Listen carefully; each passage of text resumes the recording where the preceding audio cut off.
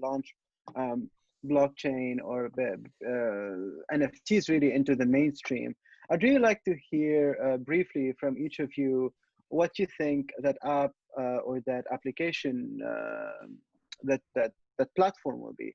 I know Ebbe, for example, Second Life really launched the idea of us existing virtually. It was my first really interaction with my virtual self, talking to other people as an avatar. How has this changed in the last 17 years? What do you think is going to push this even further into the mainstream? Maybe we can start with you. Well, obviously this transition of humanity sort of transitioning from 100% physical space existence to now a mix of physical and virtual, and that trend is obviously just up and to the right, where it's more of our time is spent virtually, like we're doing right now, versus in physical space, whether it's just for conversation or for some kind of existence or business. So we can obviously see the trend of younger generations are growing up, some of them spending more time in the virtual space than in physical space, and some think that's unhealthy, but for some it's in Second Life it's less about some sort of game dynamic that has you hooked. It's actually having a second life, and there's, for a lot of people in Second Life, it's not a second life, it's a first life. Right. Because the physical space is not ideal for everybody. So for a lot of people, the virtual space is actually a better space for people to function, whether it's because of physical constraints, financial constraints, mental constraints. You have all kinds of reasons why the virtual space is a better place for a lot of people. And as technologies and platforms and tools and systems mature, it's becoming more valuable to more and more of us.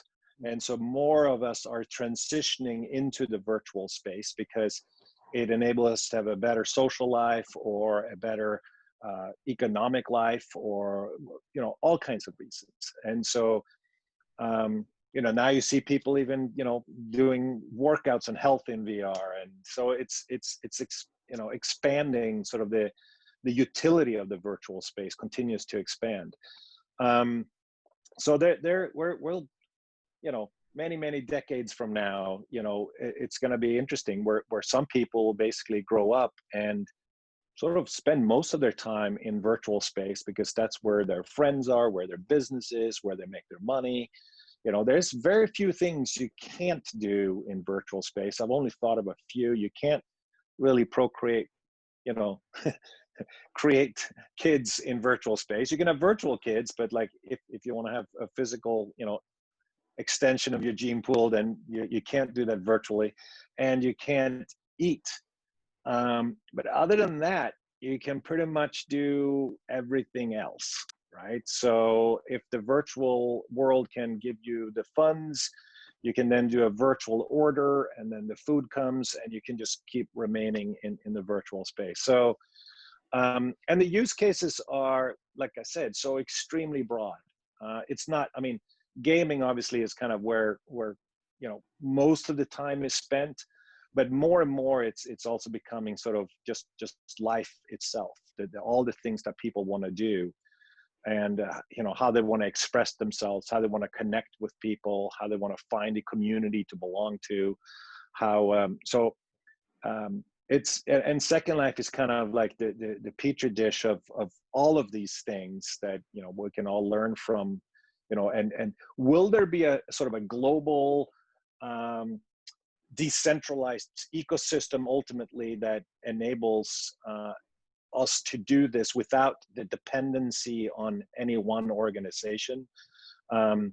That'll be interesting to see. Interoperability is a tricky one. The internet doesn't even have interoperability for a lot of things. Like it's except for some sort of common standard formats. Fine, I can send you a JPEG and it's fairly universally understood. But okay, when you get to more advanced stuff, different games and platforms, you can't just take a bunch of stuff from Unity and throw it in Unreal or in Second Life or many other sort of platforms and just have it magically, work as you would expect. And this create once and run everywhere attempts have been made in sort of in internet space for a long time, whether it's Java or Microsoft tried with DirectX or whatever, but they've never really become universal. So it's always this sort of friction to sort of have everybody agree to sort of a common standard for everything. Because a lot of games and platforms and virtual worlds, are trying to solve some really unique problems, and they're hard problems to solve. And if you try to do it with common standards, you put a huge amount of friction on your ability to sort of innovate and do unique implementations of things. So, but I love the idea of the blockchain. I love the idea of sort of being able to have sort of a true ownership, independent of anybody.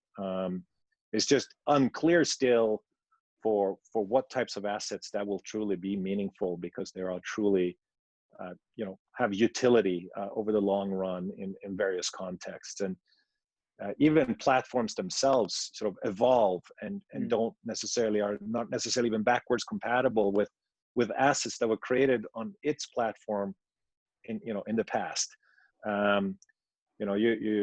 Even Unity comes out with a new release. The game developers go, oh no, like I want to take these new features, but all my stuff is going to break, and that's why Second Life chose to build its own platform, because we then have full control over backwards compatibility forever, right? And so you can find assets in Second Life that created 15 years ago, and they're still there, they're still functioning, they're still working, and that's a huge technical challenge in of itself, of sort of ensuring that all these assets that people create and find value in continues to have value over time. That's a really hairy problem, and few platforms actually care about that. Unity and Unreal engines, they don't care. You can take an upgrade of the engine, and you have to, because there's security leaks or new features or whatever. You can't assume that everything you've created in the past will just magically work. So it's a complex problem. Thank you.